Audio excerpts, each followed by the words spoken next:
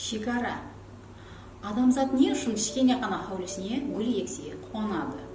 Бірақ оның орнына шалғам ексе қарны дояр ма еді? Адамзат не үшін аспандағы жұлдыздарды көрсе кеулі зауыққа толып қуанады. Бірақ бұл жұлдыздар адамзаттың қалтасындағы алтын теңгелер емес қой. Адамзат не үшін оқып отырған кітабындағы сүйікті қаһарманы өліп қалса қапа болып жылайды екен. Бірақ бұл жазушының ойлап тауған оқиғасын екен білсе де қызық. Адамзат не үшін баласын хаю айтып ұйықтатады. Бірақ бұл бала хаю еспесе ұйықламайды ма екен?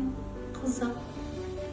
Адамзат не үшін өзге жұртларға барып, пұл тауып, зәулім жайларда салып жасаса да, бірақ балалығы өткен пәскелтек жайды көрсе, төбемен жылап шығады.